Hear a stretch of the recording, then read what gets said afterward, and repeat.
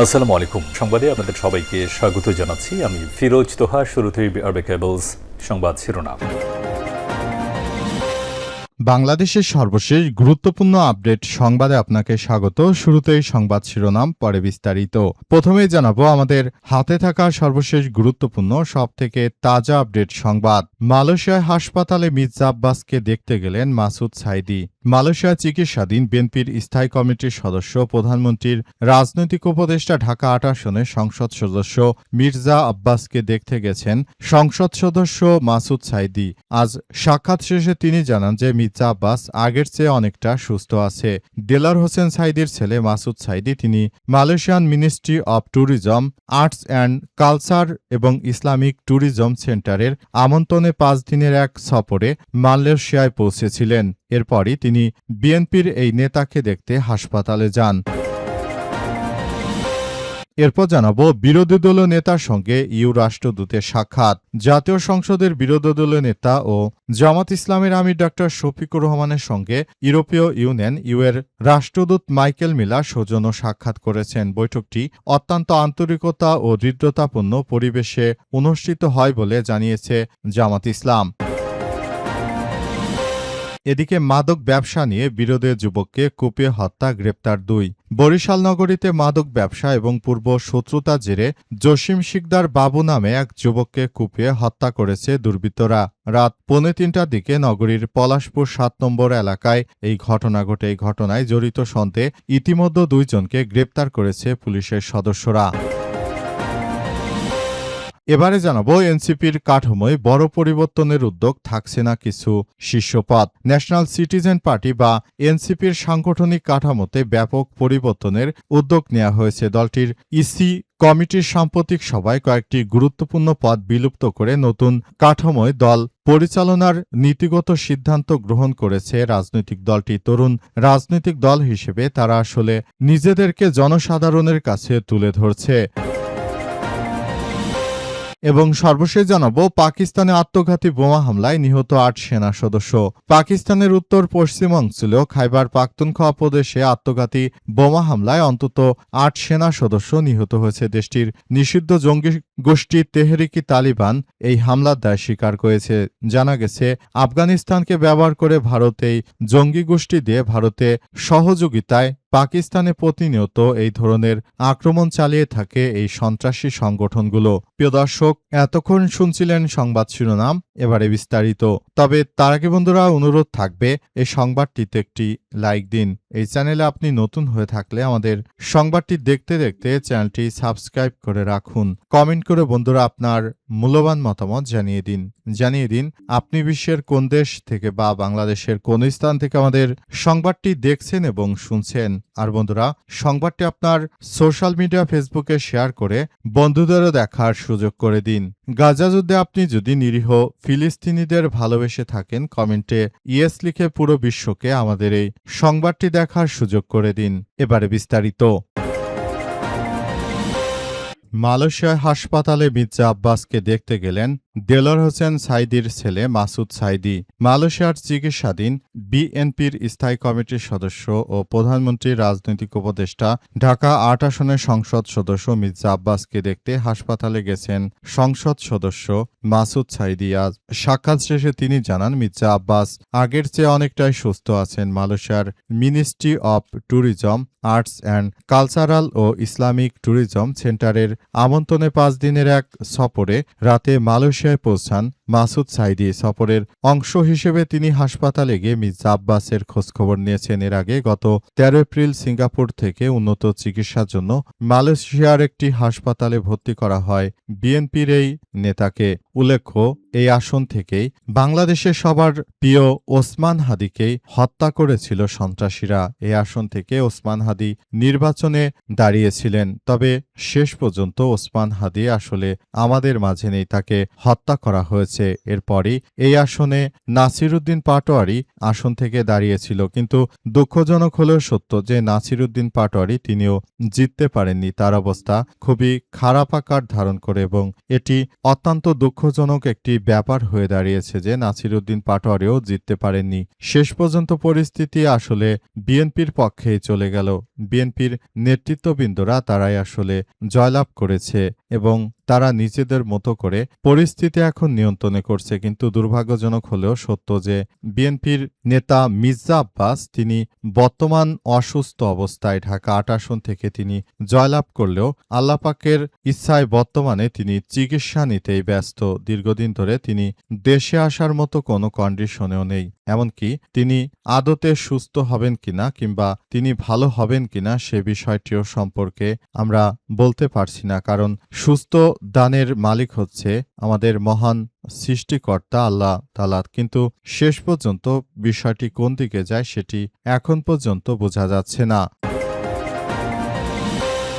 বিরোধী দলীয় নেতার সঙ্গে ইইউ রাষ্ট্রদূতের সাক্ষাৎ। বাংলাদেশের জাতীয় সংসদের বিরোধী দলীয় নেতা ও জামাত ইসলামের আমির ডাক্তার শফিকুর রহমানের সঙ্গে সাক্ষাৎ করেছেন ইউরোপীয় ইউনিয়ন এর রাষ্ট্রদূত মাইকেল মিলার। তিনি সৌজন্য সাক্ষাৎ করেছেন বলে জানিয়েছে বাংলাদেশ জামাত ইসলাম। আজ মাইকেল মিলারের পক্ষ থেকে এক বিবৃতিতে বিষয়টি নিশ্চিত করা হয়েছে। জানা গেছে যে বর্তমান সময়ে তারা এই কার্যক্রমগুলো চালিয়ে যাচ্ছে এবং তারা ভবিষ্যতের দিকেও এগিয়ে যেতে চায়। বর্তমানে জামাত ইসলাম একটি জনপ্রিয় রাজনৈতিক দল বাংলাদেশে। তারা এমনভাবে তাদের রাজনৈতিক কর্মকাণ্ড পরিচালিত করছে, তারা ভবিষ্যতের দিকে এগিয়ে যাচ্ছে। জামাত ইসলামের নেতৃত্বে বর্তমান ডক্টর শফিকুর রহমান আসার পর থেকে বাংলাদেশ জামাত ইসলাম আগের থেকেও আধুনিক একটি রাষ্ট্র ব্যবস্থায় পরিণত হতে চাইছে। সেজন্য বাংলাদেশ জামাত ইসলামের পক্ষ থেকে অনেক কার্যক্রম চালিয়ে যাওয়া হচ্ছে। বর্তমান সময়ে বাংলাদেশ জামাত ইসলাম যে কর্মকাণ্ড পরিচালিত করছে তারা ভবিষ্যতের দিকে বাংলাদেশটাকে এগিয়ে নিয়ে যাচ্ছে। এর আগে তিনি জাপান সফরে গিয়েছিলেন, পাশাপাশি সিঙ্গাপুর, মালয়েশিয়া সহ বিশ্বের বেশ কয়েকটি দেশে বিরোধী দলীয় নেতা হওয়া সত্ত্বেও তিনি এসব দেশে গিয়েছিলেন এবং এসব দেশে গিয়ে তিনি মূলত সব কার্যক্রম চালিয়েছেন বলে এমন তথ্য সামনে এসেছে। বাংলাদেশ জামাত ইসলামের আমির ডাক্তার শফিকুর রহমান তার নেতৃত্বে মূলত বাংলাদেশটাকে এগিয়ে নিতে হবে বলে এমন তথ্য সামনে এসেছে। মাদক ব্যবসা নিয়ে বিরোধে যুবককে কুপিয়ে হত্যা, গ্রেপ্তার ২। বরিশাল নগরীতে মাদক ব্যবসা ও পূর্ব শত্রুতার জেরে জসিম শিকদার নামে এক যুবককে কুপিয়ে হত্যা করেছে দুর্বৃত্তরা। রাতে 2:45টার দিকে নগরীর পলাশপুর ৭ নম্বর এলাকায় এই ঘটনা ঘটে। এই ঘটনায় জড়িত সন্দেহে ইতিমধ্যে ২ জনকে গ্রেপ্তার করেছে পুলিশ। নিহত জসিম শিকদার বাবু ওই এলাকার কালাম শিকদারের ছেলে। গ্রেপ্তার হলেন সিয়াম ও শহীদ। পুলিশ ও স্থানীয় সূত্র থেকে জানা গেছে গভীর রাতে পলাশপুর ৭ নম্বর এলাকায় মধু মিয়ার নেতৃত্বে ৭ থেকে ৮ জনের একটি সশস্ত্র দল দেশীয় অস্ত্রশস্ত্র নিয়ে বাবুর উপর অতর্কিত হামলা চালায়। হামলাকারীরা ওই এলাকার রহিম সর্দারের বাড়ির সামনে বাবুকে কুপিয়ে গুরুতর জখম করেছে। স্থানীয় বাসিন্দারা জানিয়েছে যে গভীর রাতে হঠাৎ করে চিৎকার শুনে তারা ঘর থেকে বের হয়ে বাবুকে রক্তাক্ত অবস্থায় মাটিতে পড়ে থাকতে দেখেন। পরে দ্রুত তাকে উদ্ধার করে বরিশাল শেরেবাংলা মেডিকেল কলেজ বা সেবাচিম হাসপাতালে নিয়ে গেলে চিকিৎসক তাকে মৃত ঘোষণা করে। বরিশাল মেট্রোপলিটন পুলিশের সহকারী কমিশনার কাউনিয়া থানা পবিত্র কুমার হালদার জানিয়েছেন যে প্রাথমিক তদন্তে জানা গেছে মাদক ব্যবসা ও পুরনো শত্রুতা জেরে এই হত্যাকাণ্ডের ঘটনা ঘটেছে। খবর পেয়ে পুলিশ অভিযান চালিয়ে সিয়াম ও শহীদ নামে ২ জনকে গ্রেপ্তার করেছে। এই ঘটনার মূল হোতা মধু মিয়া সহ বাকি আসামিদের গ্রেপ্তারে পুলিশের একাধিক দল কাজ করছে। মরদেহ ময়নাতদন্তের জন্য হাসপাতালের মর্গে রাখা হয়েছে। এই ঘটনার থানায় একটি হত্যা মামলা দায়ের প্রক্রিয়া চলছে বলে সব তথ্য জানা গেছে। এনসিপির কাঠামোয় বড় পরিবর্তনের উদ্যোগ, থাকছে না কিছু শীর্ষ পদ। ন্যাশনাল সিটিজেন পার্টি বা এনসিপির সাংগঠনিক কাঠামোতে ব্যাপক পরিবর্তনের উদ্যোগ নেওয়া হয়েছে। দলটির ইসি কমিটির সাম্প্রতিক সভায় কয়েকটি গুরুত্বপূর্ণ পদ বিলুপ্ত করে নতুন কাঠামোয় দল পরিচালনার বিষয়ে নীতিগত সিদ্ধান্ত নেওয়া হয়েছে বলে নির্ভরযোগ্য সূত্র থেকে জানা গেছে। দলীয় সূত্র থেকে জানা যায় রাত ৮টায় কেন্দ্রীয় কার্যালয়ে অনুষ্ঠিত ইসি কমিটির সভায় ৬১ কমিটির সদস্যের মধ্যে অর্ধেকের বেশি সদস্য অংশ নেয়। দীর্ঘ আলোচনার পর বর্তমান সাংগঠনিক বিন্যাসের পরিবর্তন আনার বিষয়ে অধিকাংশ সদস্য একমত হয়েছে। সবাই গৃহীত সিদ্ধান্ত অনুযায়ী মুখ্য সংগঠক, মুখ্য সমন্বয়ক ও মুখপাত্রর পদ বিলুপ্ত করা হচ্ছে। একই সঙ্গে মুখ্য সমন্বয়ক, উত্তরাঞ্চল ও মুখ্য সমন্বয়ক, দক্ষিণাঞ্চলের পদও আর রাখা হচ্ছে না। নতুন প্রস্তাবিত কাঠামোয় পুরো কমিটি আহ্বায়ক কমিটি হিসেবে পরিচালিত হবে। সেখানে আহ্বায়ক, যুগ্ম আহ্বায়ক, সদস্য সচিব, যুগ্ম সদস্য সচিব এবং আহ্বায়ক কমিটির সদস্যরা থাকবেন। পাশাপাশি প্রতিটি বিভাগীয় শহরে একজন সাংগঠনিক সম্পাদক ও 2 জন সহ সাংগঠনিক সম্পাদক নিয়োগের পরিকল্পনা নেওয়া হয়েছে।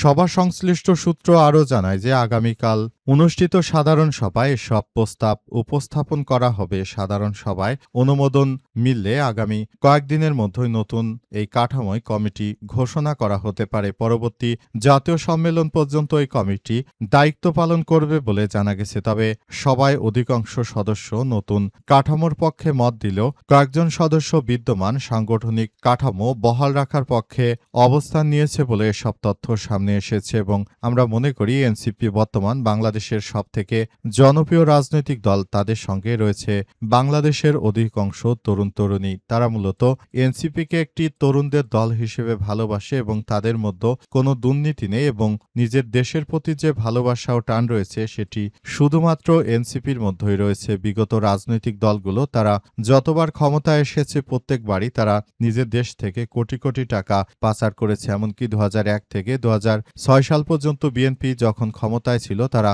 বাংলাদেশকে দুর্নীতিতে পরপর 5 বারই বিশ্ব চ্যাম্পিয়ন করেছে। পাশাপাশি আওয়ামী লীগের সরকারের যখন ক্ষমতায় ছিল তারা বাংলাদেশের ব্যাংক খাত পুরোপুরি লুটপাট করে খেয়ে ফেলেছে। সুতরাং এসব বিষয়গুলো পর্যালোচনা করলে বর্তমান সময়ে জাতীয় নাগরিক পার্টি বা এনসিপির নেতৃত্ববৃন্দরা তারা আগের থেকে অনেক বেশি সক্রিয় অবস্থানে রয়েছে এবং তারা যদি দেশটাকে এগিয়ে নিয়ে যেতে পারে সেক্ষেত্রে আমরা সবাই তাদেরকে সমর্থন দেব বলে মনে করে বাংলাদেশের অধিকাংশ তরুণ তরুণীরা। তারা নাহিদ ইসলামকে তাদের নেতা হিসেবে পেয়ে তারা সত্যি গর্ববোধ করে। তারা মনে করে যে নাহিদ ইসলামের মতো নেতৃত্ব বাংলাদেশের জন্য একটি আশীর্বাদ। তিনি আছেন এবং ভবিষ্যতে আমাদের নেতা হিসেবে তিনি বাংলাদেশটাকে পরিচালনা করবেন বলে এমন কথাই জানিয়েছে বিভিন্ন তরুণ তরুণীরা।